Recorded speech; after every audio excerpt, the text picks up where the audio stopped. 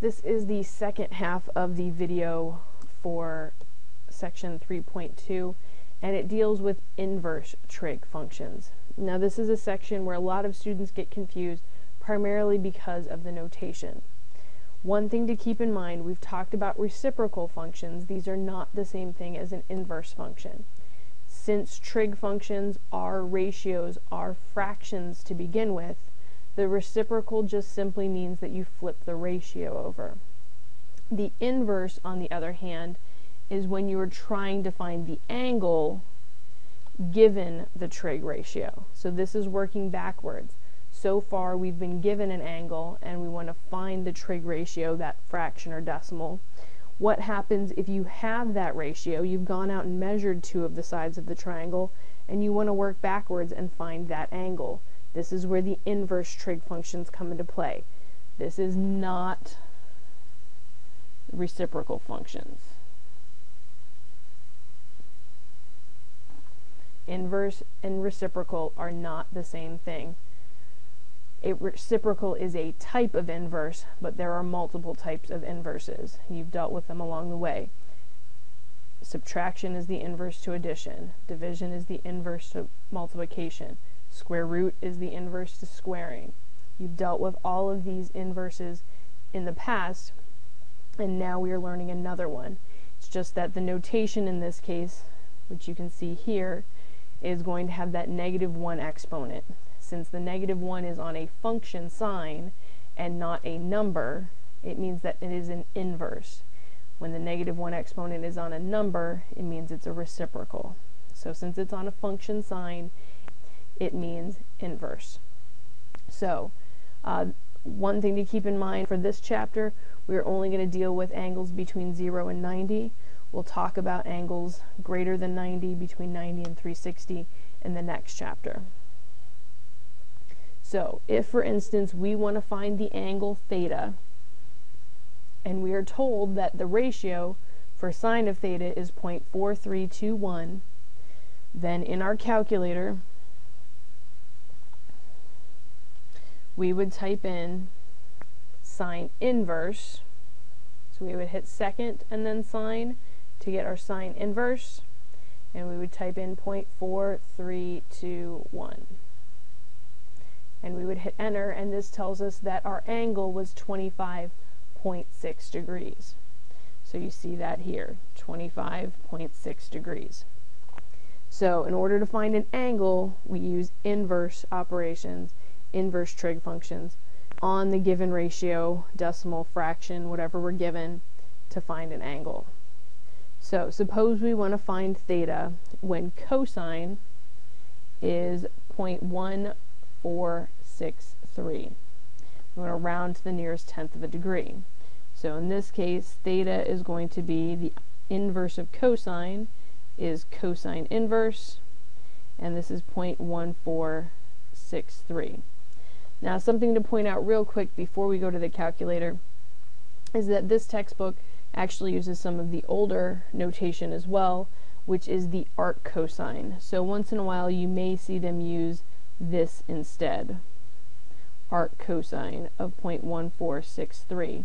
And in this case, it was a little less confusing because it looks like a different function now, and it doesn't have that -1 exponent. But typically in your calculator, it's going to be listed the first way as cosine inverse. So again, if we go to our calculators, we hit second cosine to get our cosine inverse, and then we do 0.1463. And we end up with 81.6, approximately 81.6 degrees. Now I want you to take a second, pause the video, and try example 19. So for this, we should have found tan inverse of 0.4684, which comes out to be approximately 25.1 degrees. Again, very close to the problem that we had before. So in this case, our angle that would give us the ratio 0.4684 was 25.1 degrees. Now, putting the inverse and the reciprocal trig functions together can get even more complicated, and like I said, they are not the same thing. So we need to make sure that we pay attention to both pieces of this. If we want to, for instance, remember that cosecant of theta, suppose it is given as some number x. Now we know that cosecant is the reciprocal of sine, so we can rewrite it as 1 over sine of theta, and it is still equal to this number x. Now if we're trying to find the angle theta, we need to get sine theta out of the denominator. We can't add, subtract, divide, or multiply by trig functions. We can only apply their inverses, but we can multiply to get it out, the entire thing out of the denominator. We can't split up sine and theta.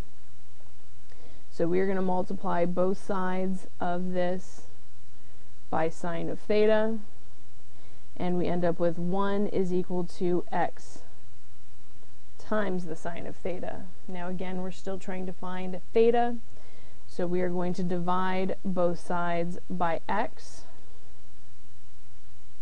and this is going to give us that 1 over x is equal to sine theta. Now sine theta we can find the inverse of, because this is one of our buttons in the calculator. So we are going to take the sine inverse of 1 over x to get that angle. So when we have a reciprocal trig function given as a number and we want to find the angle, we need to take the inverse of the reciprocal of that number. So, for instance, if we want to find theta when secant is 6.05, we are going to first remember that secant is the reciprocal of cosine, so we are going to take cosine inverse, and then we are going to take the reciprocal of this number, 1 divided by 6.005. So if we go to our calculator, we are going to say second cosine to get cosine inverse of 1 divided by 6.005. We end up with an angle of about 80.4 degrees. Now we want to be very careful. This is not the same thing as actually taking the reciprocal of a given angle. This is taking the inverse of the reciprocal. So these next two examples are just a matter of plugging into the calculator to find our actual ratio. Notice that this says secant of an angle, this says secant of an angle equals a number. So we have to be very careful what it's asking for. So this first one we're trying to find the angle, the second one we are just trying to find the ratio. So again, we know that secant is the reciprocal of cosine, so we have 1 divided by cosine of 72 degrees, 27 minutes. So again, if we go to our calculator, we can say 1 divided by cosine. Again, this is not cosine inverse, this is the reciprocal. And we hit 72, we go to angle, we get our degree, then we have 27, we go back to angle, we get our minute, and we hit enter. And this tells us that we end up with a ratio of about 3.316. Again, this is the ratio of the sides of the triangle. So take a second here, pause the video, and try the next example to find the tangent of 52 degrees, 43 minutes, and 38 seconds. So again, be careful here. In this case, we can just put it directly into the calculator. Tangent is one of our functions. We don't have to worry about a reciprocal here.